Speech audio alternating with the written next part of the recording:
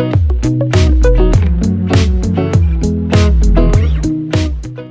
guys, what's up? Welcome back to the channel. So in today's video, we're going to be discussing 10 different ways that you can train yourself to become more self-disciplined.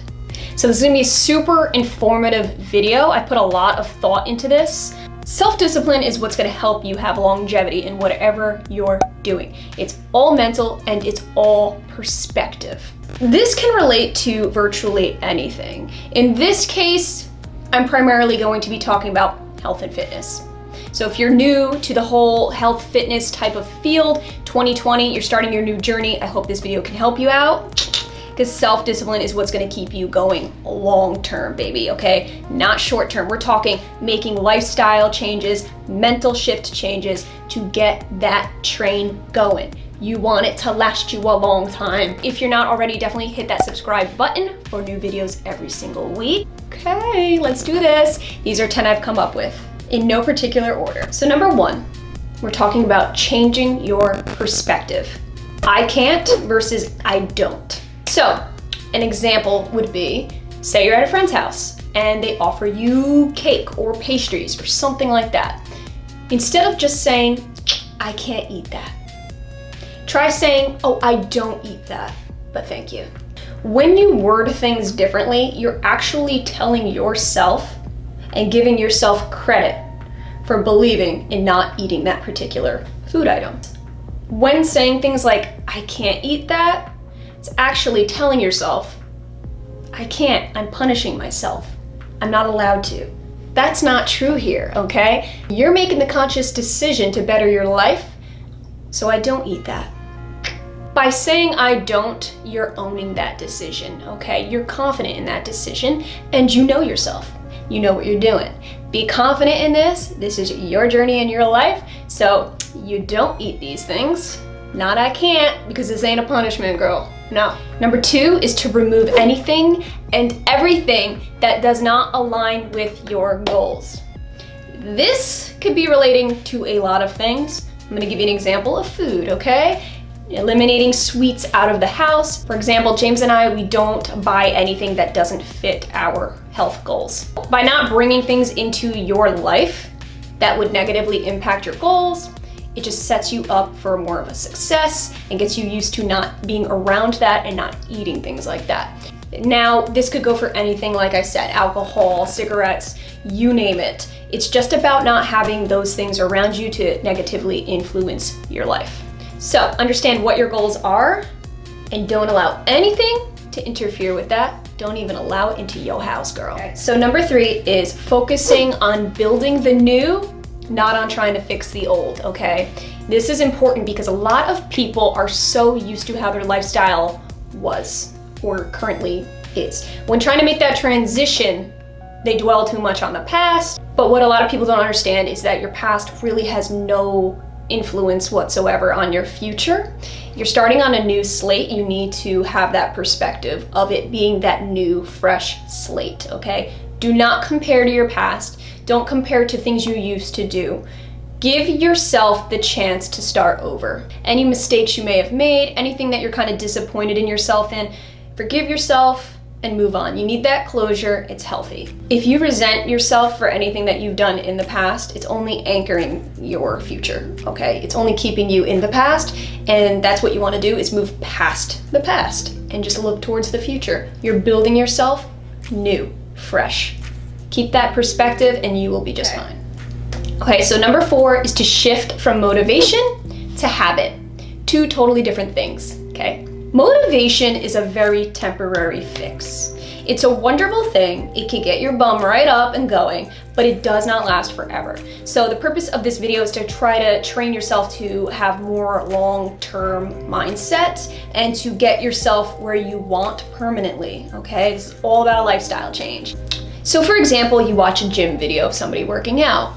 You start to get that energy from them. You get that motivation. You go, oh, I wanna look like this person, or I have similar goals in mind. I'm gonna go work out, I'm gonna do that today. That's wonderful, but that's not enough to keep you permanently going at it. You need something more than just like a visual stimulant, okay?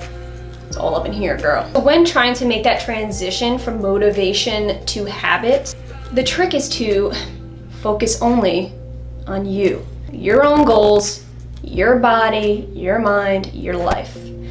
It's great to have that external motivation, but what's going to keep it a habit, a lifestyle change, permanent, is inside of you. It has nothing to do with external anything.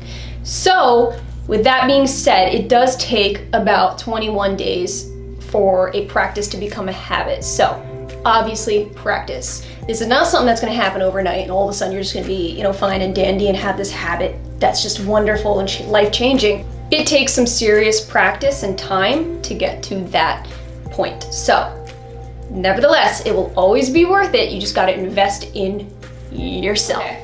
Number 5 is probably my favorite one. Okay, I'm gonna be real with you, girl. This is something I swear by. I'm very, very strict about, I guess you could say. It's switching your mindset from an emotional to a very logical mindset. So for example, somebody puts a piece of chocolate cake in front of you. Your first reaction will be emotional. It will be, oh my God, that looks good. Oh my God, I'm salivating. I'm picturing how good that must taste. That's all emotional. You're just going based off of your initial emotion. What's gonna get you past that binge, that whole giving in to those kinds of things, is gonna be your logical taking over. That's what you gotta train your brain to do, is think logically, which means looking at that piece of cake and saying, okay, well that does look good, but how will it make me feel? What will it do to my body? What negative effects will it have, and how will it deter me from completing my goals and getting to where I want to get? So it's very healthy to differentiate the two, emotional and logical, and to understand when that logic needs to take over. That is self-discipline in a nutshell. When thinking logically, for example, the cake, you're going to be understanding that you're eating for function and not taste. You gotta be really upfront and honest with yourself in these scenarios, okay? Recognize that emotional and recognize that you need to switch right over to that logic, because the logic is what's gonna get you where you need to go in life. Relying on that emotion, you're just gonna be, no.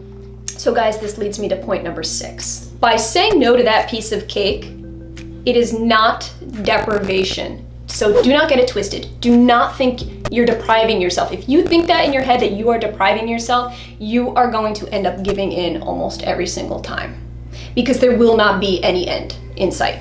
So you're not depriving yourself. Believe me, deprivation is only when you're not eating at all. That's starving yourself. That's depriving your body. So if anything, you're actually depriving yourself by eating the cake, because you're depriving yourself from nutrients that you could be getting in better foods. So number 7 is to challenge yourself throughout the week, intensely. So adding in intense challenges, whether it be nutritional or exercise. So for example, eating super clean a couple days out of the week, like super strictly, or exercising intensely those few days. This is what's going to help mix up your routine enough to keep it from becoming monotonous and boring. Whether we like to admit it or not, humans are designed for challenge. We actually thrive on challenge. Keeping that incorporated into your routine will not only help you continue going in that direction, and it's going to make your everyday routine seem a lot easier, okay? When starting any routine, you might think it's intense, especially if you're not used to it. But adding in these super intense days, these high intensity days, will make the rest of your week, your normal, healthy maintenance, not seem like such a burden. In other words, you will kind of adapt to it a lot better. What used to be a heavy-duty challenge to you will become your new norm, okay? It's gonna gradually go like a chart, like you're eventually going to get to that level where something that used to be so difficult is now your norm. Okay, so tip number 8 is to not call it a diet. No such thing. I mean, there is, but it's just like quick fixes that never last. So instead of calling it a diet, just simply call it your nutritional standards. That's what I refer to it as. A diet is something that has an end line, okay? That eventually will come to an end. You don't want that. You want this to be an ongoing, permanent lifestyle change. I know that people overuse that term diet, and it's almost like the norm. It's just what we as a culture have evolved into just constantly saying. But don't be afraid to just stand outside of that, outside of the average, the norm. It's okay, you should be proud of being able to say this. You diet when there's events coming up, okay? You diet for a wedding or a vacation, just temporary little fixes. But what happens when those days are over? Nutritional standards are a guideline, a permanent guideline that you must meet every single day in your life. That's what makes it a standard, okay? Keeping that standard in mind as something that defines you in your lifestyle is what's gonna keep you believing in it, and it's what's gonna keep you from falling off, okay? This is all about permanent. Okay, number 9 is to think long-term versus short-term. So do not get it twisted. You should be thinking both, okay? You should have short-term goals, absolutely, because that's what's going to help you right here, right now, every day to slowly get to those long-term goals. Long-term meaning things like how you see yourself as you age, all right? Thinking long-term in that sense. Not thinking about how long it's gonna take you to drop X amount of weight. Get that out of your head. Don't think like that, all right? That's gonna discourage you. Think long-term as in 5-10 years from now, I will potentially be seeing doctors less. I will be feeling 10 times better. Things like that. Yeah, that's a long-term investing idea. But having long-term just by itself isn't good either, because like I said before, it can get very discouraging. You have to have your short-term goals. View long-term as like a ladder and short-term being as the rungs in the ladder. You can't have one without the other. So for me, long-term would be things like not having to go see a doctor when I'm middle to late age, okay? Avoiding doctors, that's my long-term goal. But short-term goal for me would be like eating clean, going to the gym and exercising every single day. These are short-term goals that inevitably turn into long-term. So gotta have both. Okay, last but not least, number 10 is just so freaking straightforward right here, right now, but this is how I'm gonna wrap it up. Giving yourself time. Patience is a virtue. We all know that. You gotta give yourself the much needed, respectful time. Things take time, great things especially. So, investing in yourself isn't a one and done. It is a long-term, time invested thing. So once you learn pretty much how to change and shift your mindset, change your perspective on health, fitness, wellness, that is the beginning of changing your entire life. And the only thing that's gonna allow you to do that is time. Those were my 10 tips on how to become self-disciplined. You wanna chase that healthy lifestyle, it needs to be the stamp on the envelope. You need to put that stamp, you need to get self-disciplined. There's just no other way around it. Understand that it is not easy to become self-disciplined, okay? But if there's a will, there's a way. Remember that the body will not go where the mind does not allow it to go. Perspective and mental shifts are necessary.